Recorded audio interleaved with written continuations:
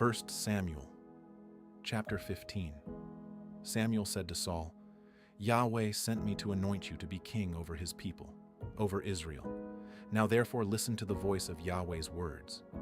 Yahweh of armies says, I remember what Amalek did to Israel, how he set himself against him on the way when he came up out of Egypt. Now go and strike Amalek, and utterly destroy all that they have, and don't spare them, but kill both man and woman, infant and nursing baby, ox and sheep, camel and donkey. Saul summoned the people and counted them in Telaim, 200,000 footmen and 10,000 men of Judah. Saul came to the city of Amalek and set an ambush in the valley. Saul said to the Kenites, Go, depart, go down from among the Amalekites, lest I destroy you with them. For you showed kindness to all the children of Israel when they came up out of Egypt. So the Kenites departed from among the Amalekites. Saul struck the Amalekites, from Havilah as you go to Shur, which is before Egypt. He took Agag, the king of the Amalekites, alive, and utterly destroyed all the people with the edge of the sword.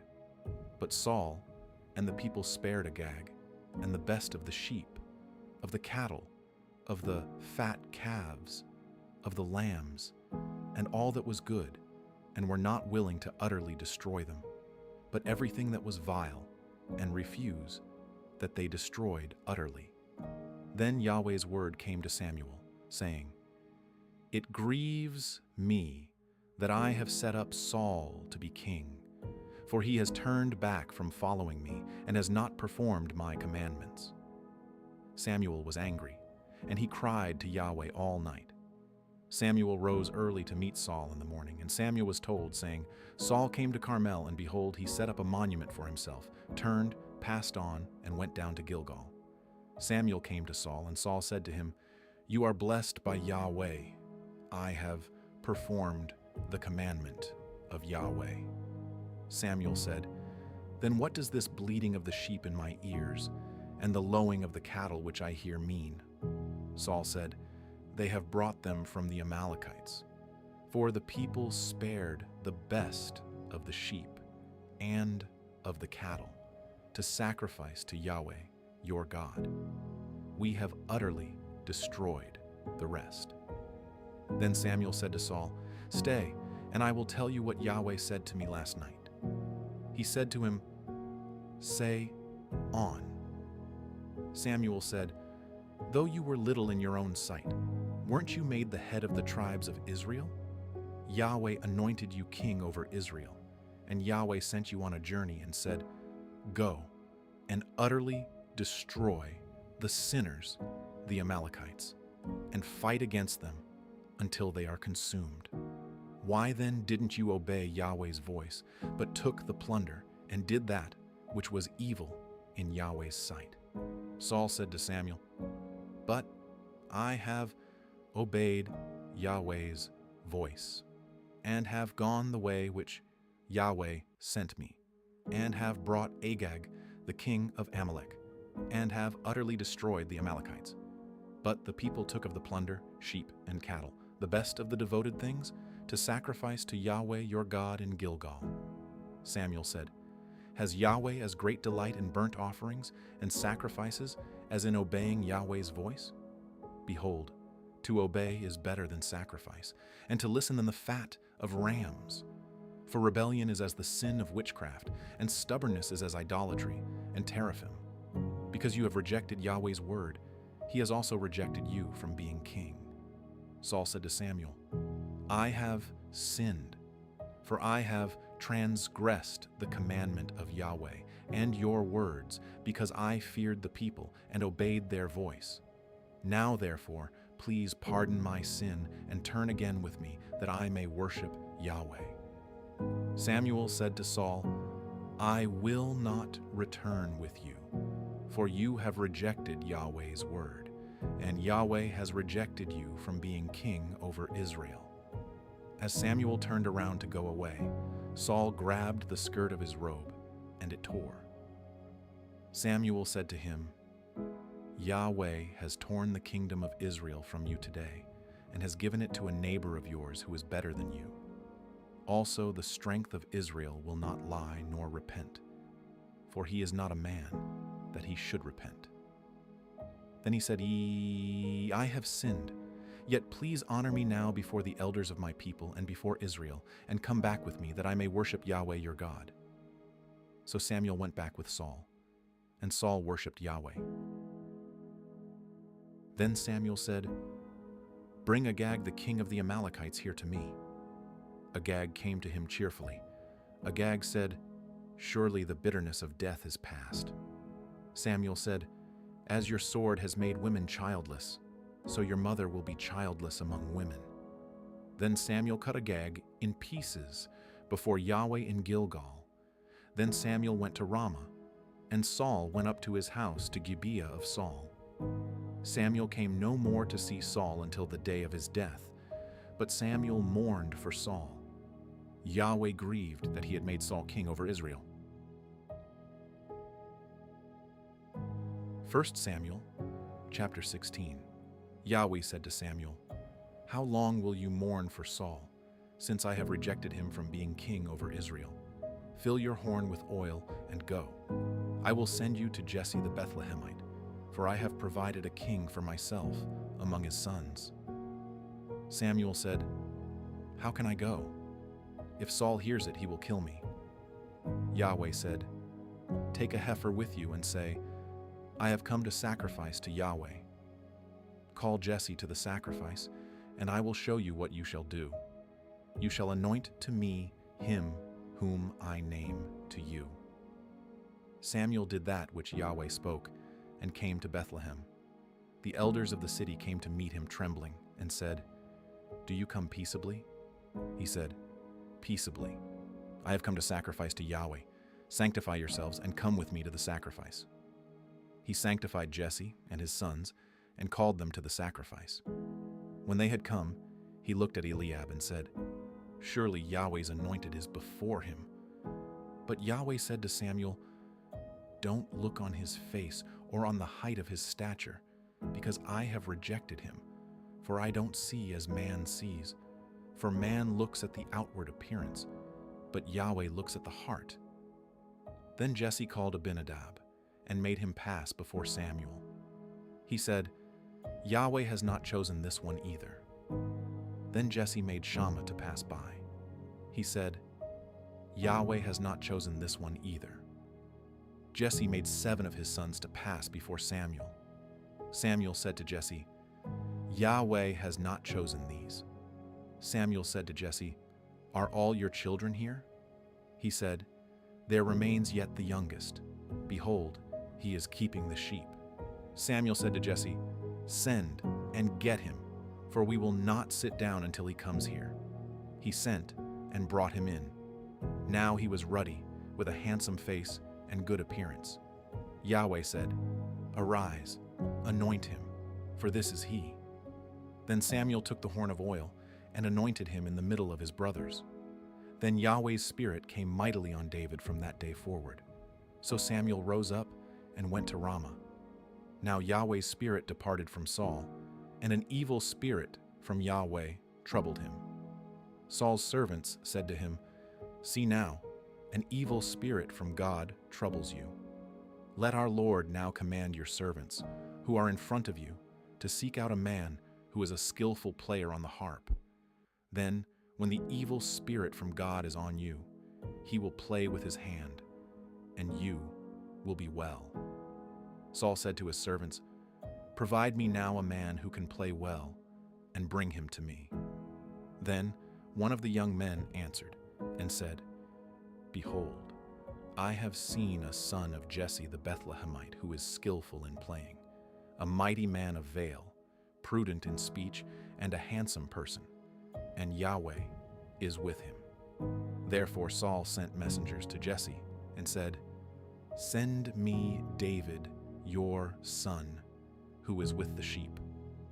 Jesse took a donkey loaded with bread, a container of wine, and a young goat, and sent them by David his son to Saul. David came to Saul and stood before him. He loved him greatly, and he became his armor-bearer. Saul sent to Jesse, saying, Please let David stand before me, for he has found favor in my sight." When the Spirit from God was on Saul, David took the harp and played with his hand. So Saul was refreshed and was well, and the evil spirit departed from him. 1 Samuel, chapter 17. Now the Philistines gathered together their armies to battle, and they were gathered together at Socoh, which belongs to Judah, and encamped between Socoh and Azekah in Ephes-dammim. Saul and the men of Israel were gathered together, and encamped in the valley of Elah, and set the battle in array against the Philistines. The Philistines stood on the mountain on the one side, and Israel stood on the mountain on the other side, and there was a valley between them. A champion out of the camp of the Philistines named Goliath of Gath, whose height was 6 cubits, and a span went out. He had a helmet of bronze on his head, and he wore a coat of mail, and the weight of the coat was 5,000 shekels of bronze. He had bronze shin armor on his legs, and a bronze javelin between his shoulders. The staff of his spear was like a weaver's beam, and his spear's head weighed 600 shekels of iron. His shield-bearer went before him. He stood and cried to the armies of Israel and said to them, "Why have you come out to set your battle in array? Am I not a Philistine, and you servants to Saul? Choose a man for yourselves, and let him come down to me. If he is able to fight with me and kill me, then will we be your servants. But if I prevail against him and kill him, then you will be our servants and serve us." The Philistine said, "I defy the armies of Israel today. Give me a man that we may fight together." When Saul and all Israel heard those words of the Philistine, they were dismayed and greatly afraid. Now David was the son of that Ephrathite of Bethlehem, Judah, whose name was Jesse, and he had 8 sons. The man was an elderly old man in the days of Saul. The 3 oldest sons of Jesse had gone after Saul to the battle, and the names of his 3 sons who went to the battle were Eliab, the firstborn, and next to him Abinadab, and the third Shammah. David was the youngest, and the 3 oldest followed Saul. Now David went back and forth from Saul to feed his father's sheep at Bethlehem. The Philistine came near morning and evening and presented himself 40 days. Jesse said to David his son, "Now take for your brothers an ephah of this parched grain, and these 10 loaves, and carry them quickly to the camp to your brothers, and bring these 10 cheeses to the captain of their 1,000, and see how your brothers are doing, and bring back news." Now Saul and they and all the men of Israel were in the valley of Elah, fighting with the Philistines. David rose up early in the morning, and left the sheep with a keeper, and took the provisions, and went as Jesse had commanded him.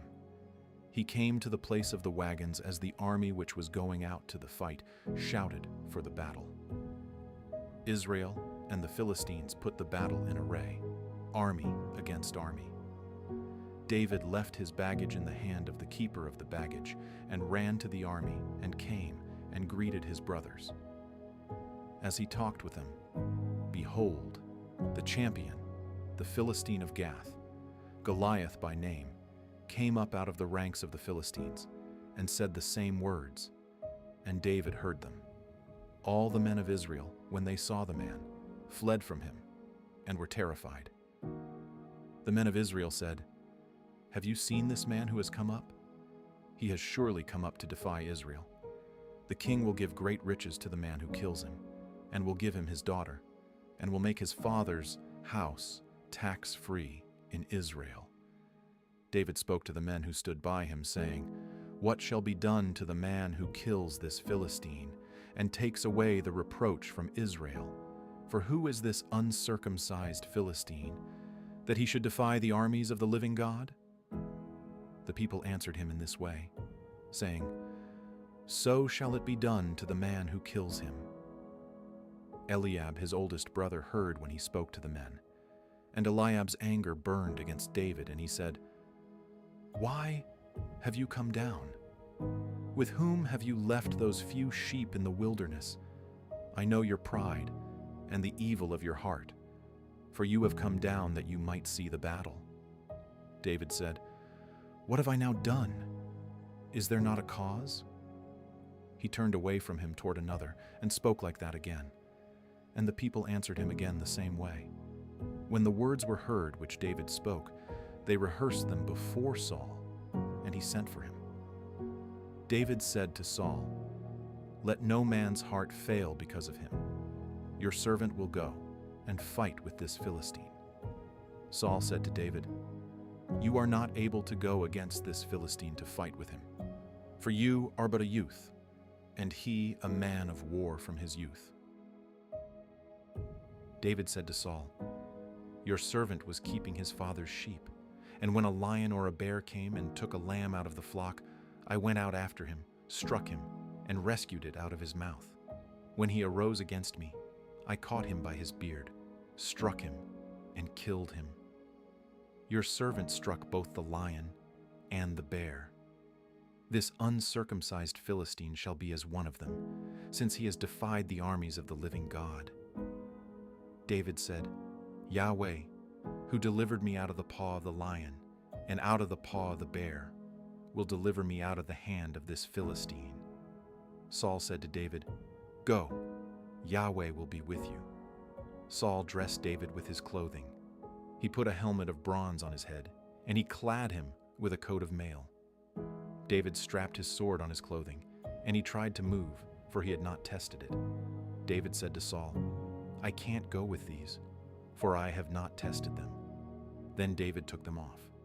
He took his staff in his hand, and chose for himself 5 smooth stones out of the brook, and put them in the pouch of his shepherd's bag which he had. His sling was in his hand, and he came near to the Philistine. The Philistine walked and came near to David, and the man who bore the shield went before him.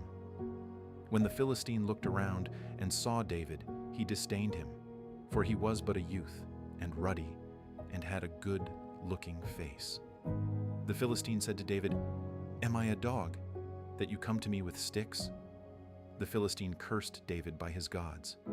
The Philistine said to David, "Come to me, and I will give your flesh to the birds of the sky, and to the animals of the field."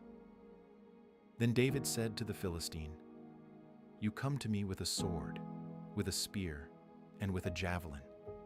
But I come to you in the name of Yahweh of armies, the God of the armies of Israel, whom you have defied.